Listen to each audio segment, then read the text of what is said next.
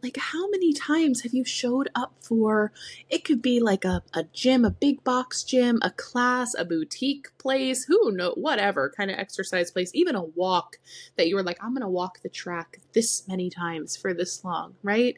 And I don't know if any of you else have felt this way, and I'm sure you have, because again, if I felt this way, you probably have too at some point of, I think for so long I got in my head of like, well, if it's not really, really well or perfect, what's the point? Welcome to You Can Trust Yourself with Meg and Maggie. Nothing feels as good as listening to your own voice, and each week we have conversations to help you do just that. Get comfy, grab your favorite fun drink, and let's dive into this week's episode. Hi everyone, welcome back. I just wanted to pop on here quick and remind you that this is part 2 to last week's episode on building self-trust through exercise. So I would highly recommend, if you haven't gone back and listened to last week's episode yet, that you go back and listen to that one first, because it's going to give you all of the beginning part of this conversation, because you'll notice that this conversation just jumps right in, and it seems like you're just popping into eavesdropping into someone sitting next to you at a restaurant when you just sat down. And if you don't go listen to last week's episode, you'll have zero context as to what came before. So I would highly recommend that you do that. We go over different concepts of building self-trust through doing hard things like exercise, and why it is so valuable and why we tend to avoid it, but definitely should not. Today, we're going to talk more about the practical things we do to incorporate exercise and doing hard things more into our life more frequently, and how we build up that muscle of being able to do it. So today's episode is really practical, and I highly recommend you go listen to last week's episodes first. And with that, let's jump in. Okay, so Maggie, I am so excited. I know you went back and put like an intro over this of like, part 2. Here we go, everybody. And we promised you last week, our cliffhanger was that we are going to talk all about, okay, what the do we actually do? Right? How do we actually do all these great concepts? Because here's the thing. This world is filled with great concepts. I hear a great concept daily. I see a video on TikTok. I read something in a book. I see it on a billboard. I'm like, oh shit, that's really, I like that. That's stimulating, right? It's stimulating my mind. And we don't really take the little nuggets unless we're able to sustain them. So let's talk about this. First thing I want to kind of open us up with is I had to really switch my mindset very slowly and very practice-like ways of going from this perfectionistic style approach to approaching exercise to just more of a consistent and sustainable way of doing exercise. That has been probably the biggest game changer for me. Is I would show up to a class that was really, really hard, right? And I would do it and I would push myself and I would feel dead and exhausted and I would leave and be like, I hated that. I hated it. And then, but I'm like, oh, well, I already signed up and I already paid this money for the month, so I better go a few more times, right? I better keep going. And then same thing. I'd go, I'd show up, I'd push myself to the breaking point, I'd push myself to the limits, and again, I'd walk out and be like, oh my gosh, that was really hard. Like, how am I going to do that again? But I would go again, right? Maybe a few days later, though, this time, or a week later. And then before you know it, I had spent money on a monthly membership that I went to less than 5 times, maybe. Who has been there? Please, I wish sometimes we could like talk to you all as you're listening, because I want to be like, show of hands, tell us about it. Like sometimes I wish we were always recording live, because like I just want to like talk to you all the time. But think about that for a second. Like, how many times have you showed up for, it could be like a gym, a big box gym, a class, a boutique place, who knows, whatever kind of exercise place, even a walk that you were like, I'm going to walk the track this many times for this long, right? And I don't know if any of you else have felt this way, and I'm sure you have, because again, if I felt this way, you probably have too at some point of, I think for so long I got in my head of like, well, if it's not really, really well or perfect, what's the point? It's not going to really help me. And something that has actually really helped me to kind of switch that mindset over is I actually saw a visual, I think it was on Instagram, of cups of water. Have you seen this visual, Maggie? Where it'll say what I thought consistently was. Yes. And it was Yes, and it was all these glasses of water, and they were all filled like to the top, like Every day of perfectly. the week is like 100%. Yeah. Yes, like 100%, 100%, 100%. And then I saw like the other visual was saying like what consistently actually is. And it was like these cups of water being filled like a quarter, halfway, full, three quarters, all around, skipped a cup, whatever it may be. And picturing that in my mind over time with exercise has actually been a really great tangible way for me to move towards consistent exercise, because I have always been somebody who would show up to a class and then you won't see me for a week. And then I'm going to show up to the class, you won't see me for 2 months. I'm going to show up for 3 classes, you won't see me ever again. Right there, I have been that. I have ghosted so many coaches and classes and big box gyms like it was my job. And that is one thing that I'm so excited to share so many tangibles that I have learned, especially recently, because I really want to help some of you who feel like, well, exercise doesn't really come easy to me. This isn't something I really grew up doing. I don't really know what I'm doing, but I want to do something. I really want to speak to you all today of making it feel more approachable and warm and accessible when you weren't naturally maybe athletically inclined, or you weren't naturally, grew up doing exercise consistently. So I wanted to kind of start there, Maggie, to get us started on part two. Yeah, I'm really excited about this. And something I want to talk about that really, I was in the gym the other day and this like really bothered me. Had nothing to do with the gym, by the way. But I'm in the gym, right? And I, unlike what you're saying, played sports all year round. Like anything that was able to be signed up for, I was in it. Like I did everything possible, right? And then when I was in high school, we started actually like lifting with my sports teams, which is actually pretty unusual for kids who play sports, right? They don't usually do strength training, they just play their sport. And I was in the gym the other day and I'm doing my workout and I'm like watching all just like, people watching, doing my workout. And I'm noticing that most of the people in the gym, and this is a theme that you see a lot on social media too, a lot of people in the gym are bodybuilders, right? They're doing like a bodybuilding style workout plan. And that's cool. Like, so excited for you if that's what you like to do. But it creates this divide where there's a gap of entrance, right? Because if you are the person that you're talking about who was not really into athletics, like maybe doesn't really know how to use their body that well, feels really uncomfortable, right? Like doesn't want to be watched, like doesn't want people like looking at them, where do you start? Because you see all these people in the gym who are like doing all of these reps and they know how to do all of these exercises and maybe their glutes are really big or their biceps or whatever, right? And you're like, well, she doesn't look like me. So I probably shouldn't, maybe I should do what she's doing, or maybe I shouldn't do what she's doing. I don't know, right?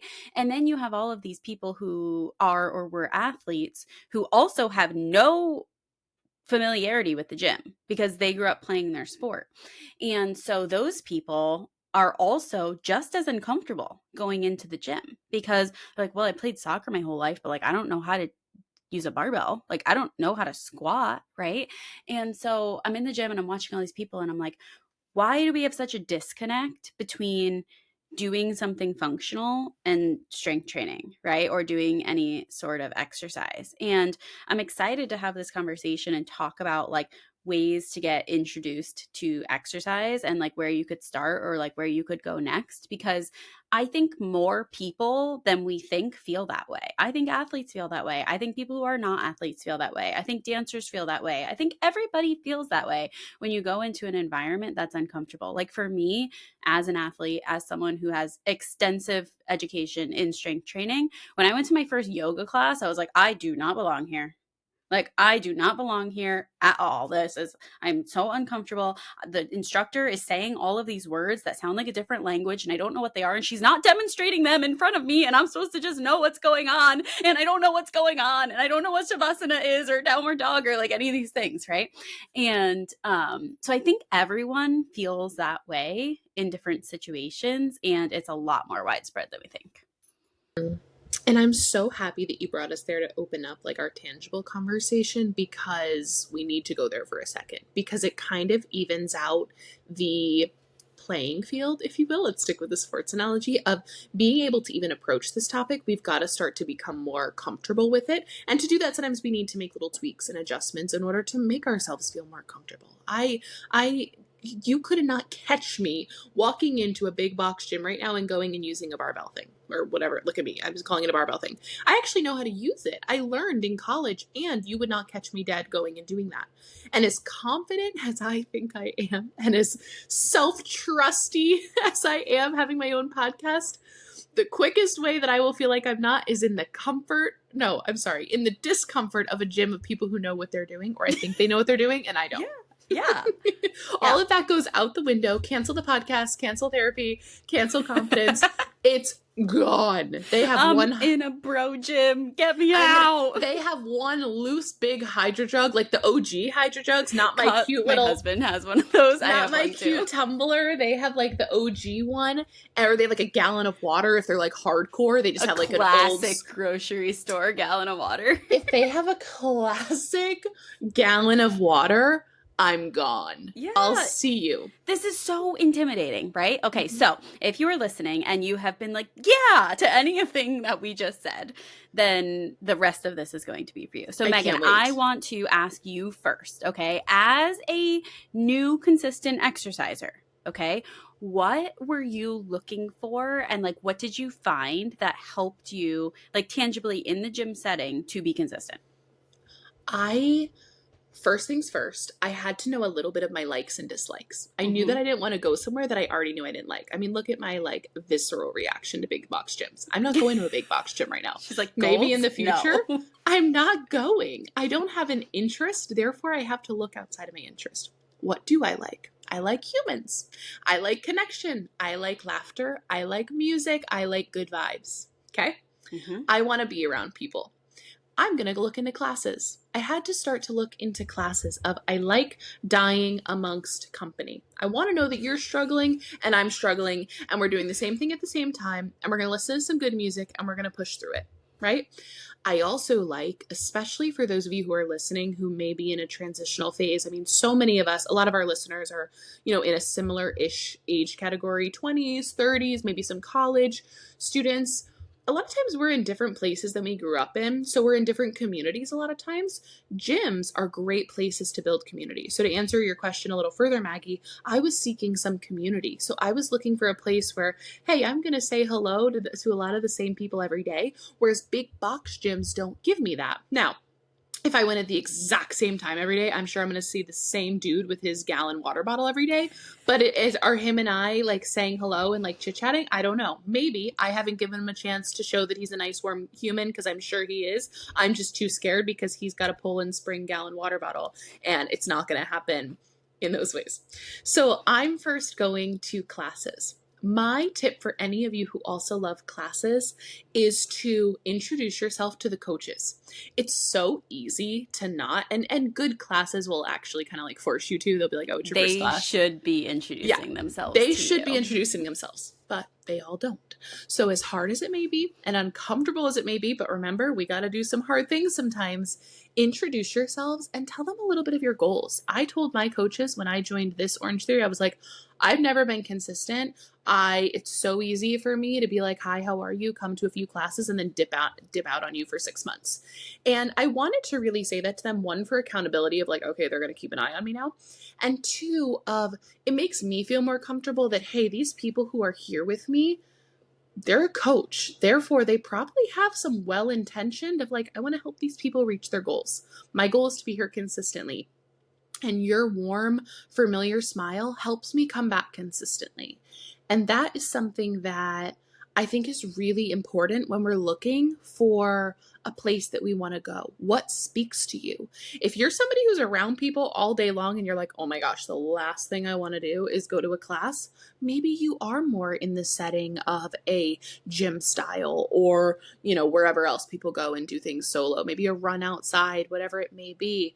But finding those interests for ourselves, I think, is really pivotal, because who wants to go and make a commitment and a time commitment for things that they don't actually naturally like? Yeah.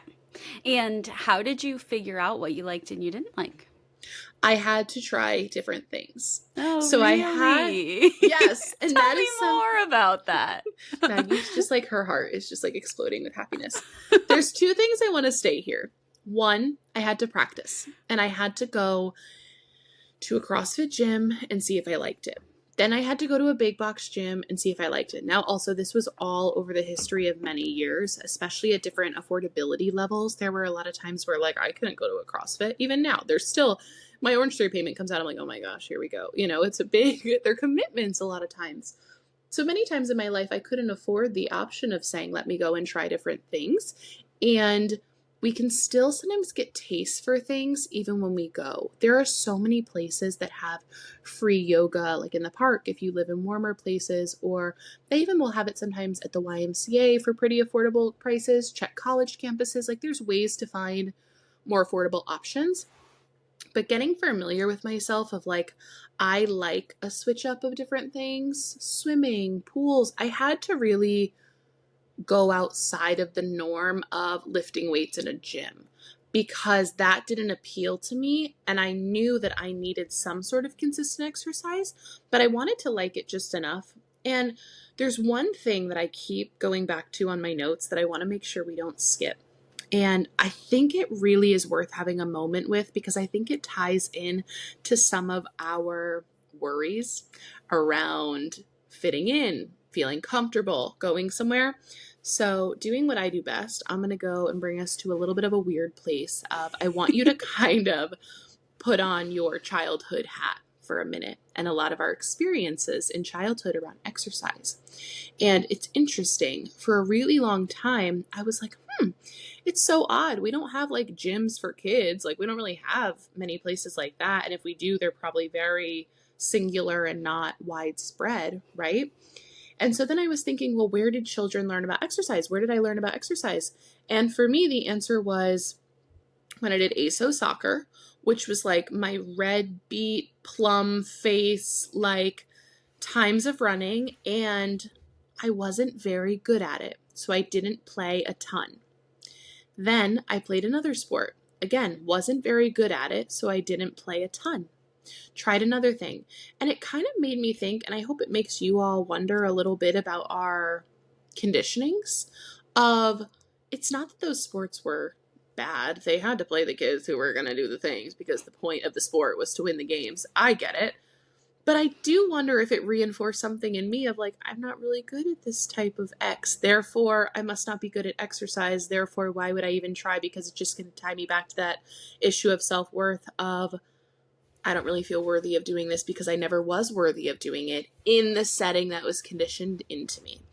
So for those of you who are wondering, who are like, yeah, I don't know why I have such a fear around like exercise and being around people. It's because you were on the sideline with me. You were a cute, chubby little kid with your red face playing soccer. And you were there and you knew you weren't going to get called in as a sub. So you were eating the snack that was supposed to be for after the game with your little Gatorade prior to the game being over. That's why you feel uncomfortable. For those of you listening, you're probably like, oh my God. I would sit there with my little snack and, my red face for running for, probably 5 minutes. And I knew that was my place. And let's just fast forward as an adult. I'm still happiest with my little snack and, just chilling. So I say that funny part to say those conditioned parts of us don't just leave us. They make an impact on us. So when we're adults and we're like, why do I feel so weird or uncomfortable? It's because a lot of times it wasn't a comfortable setting. We didn't grow up in gym class, at least for me. They didn't teach us like, hey, we use dumbbells and bicep curls to strengthen our muscles so that we can do X, so that we can hang from the monkey bars or whatever. I don't know what muscles that uses. But we're not really taught that at a foundational exercise level. Therefore, it can feel so foreign. And we as humans already struggle so much with our self-worth and things. It's like we are consciously deciding to keep reinforcing that we're not good at this. And I think I really want to stick with the tangibles, but I just had to say that of like, we have to work through some of those feelings in order to have a different relationship with exercise. Yep. And I think that is a really great thing to bring up in this part of the conversation with the tangibles, because the only way you can get through that is by trying the things and giving yourself the opportunity to try. Because you can sit on the sidelines, right? You can look in the window of Orange Theory and say, oh, that looks fun, but I don't know if I'm going to get any playing time. And it's like, bang, that's not how this works here. Everyone gets playing time. Like you paid for it. You get to run on the treadmill. You get to do all the things. And when you don't know how to do it, we will literally show you and help you how, right? Which is so different than that experience that you had as a child playing sports, which that's a conversation for another day, because, sports at that age should be run differently. But that's a whole other Maggie philosophy situation. But anyway, we have to give ourselves the opportunity to try, right? And to put ourselves into situations where we feel uncomfortable, probably because of previous things that have happened in our life, Mm-hmm. right?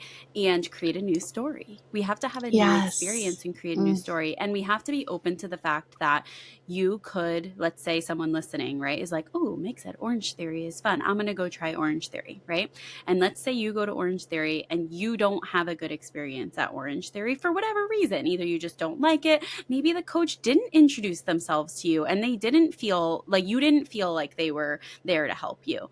Well, then you have to go try something else, right? Mm-hmm. And we can't give up on ourselves because we have a bad experience with something that's going on outside of ourselves, right? We have to remember that we are doing this for us, and there is something out there for me that will give me the experience that I want. And if you haven't found it yet, you have to keep trying. Like that's really the only way that we can approach it. You have the choice to give up, and you can, but that's not going to be what's best for you. It's not going to reinforce self-trust, right? It's Mm-hmm. not going to reinforce confidence and feeling capable, because you're giving your power away to somebody else and something that's going on outside of you. So it's Mm-hmm. totally okay for you to go into an environment with exercise and say, this is not for me, or this is not for me right now, and go find something else. Like, that is perfectly allowed.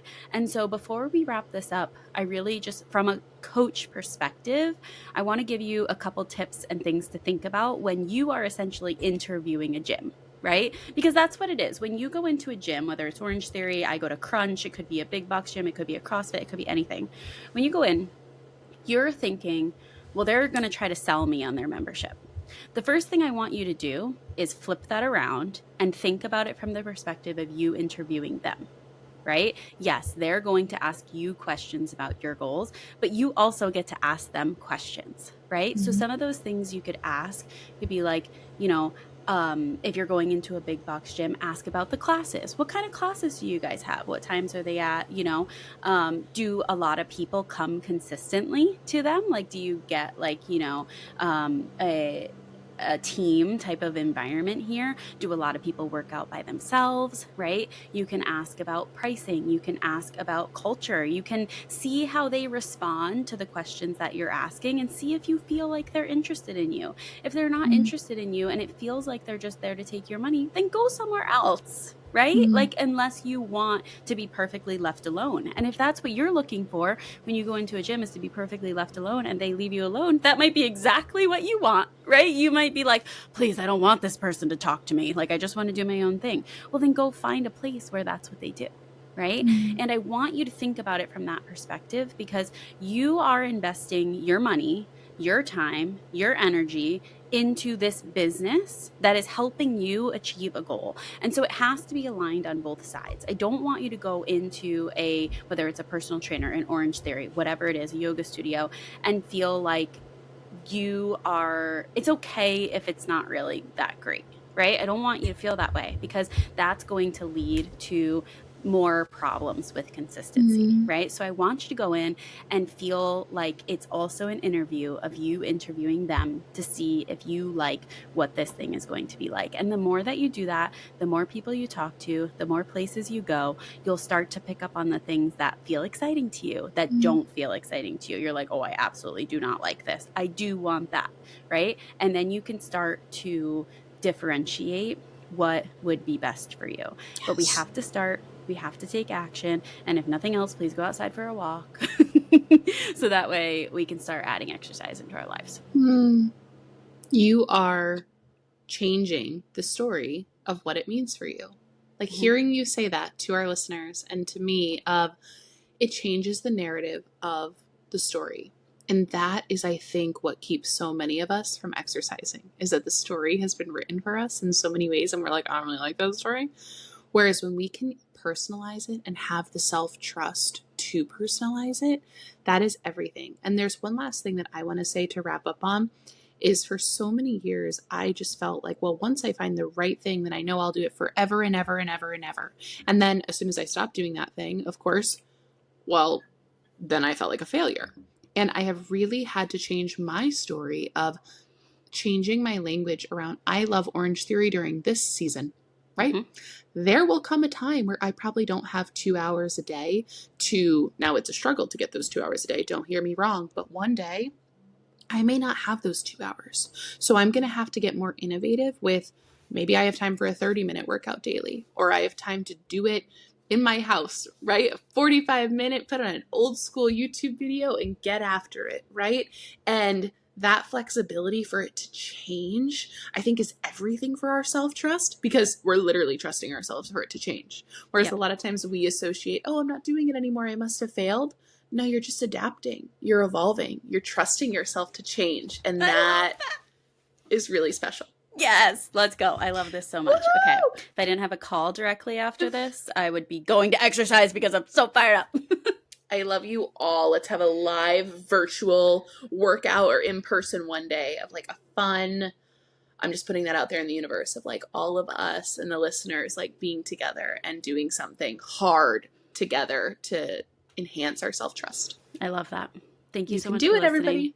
If you found this valuable, please share it with a friend, because these are the things that if you needed to hear it, your friend needs to hear it. So send it to them. Absolutely. Yes. Bye. We love you so much. Bye. Thank you for joining us on another episode of You Can Trust Yourself with Meg and Maggie. Our mission is to leave you with encouragement and tools to nurture your ability to trust yourself. If you found this episode valuable, don't forget to subscribe and please share it with a friend. Then take a moment to leave us a 5-star rating and review. Your support helps our show grow, and for that we are extremely grateful. Follow us on Instagram, TikTok, Facebook, and don't forget to subscribe to our YouTube channel where you can watch the episodes. Till next week, lots of trust and love, Meg and Maggie.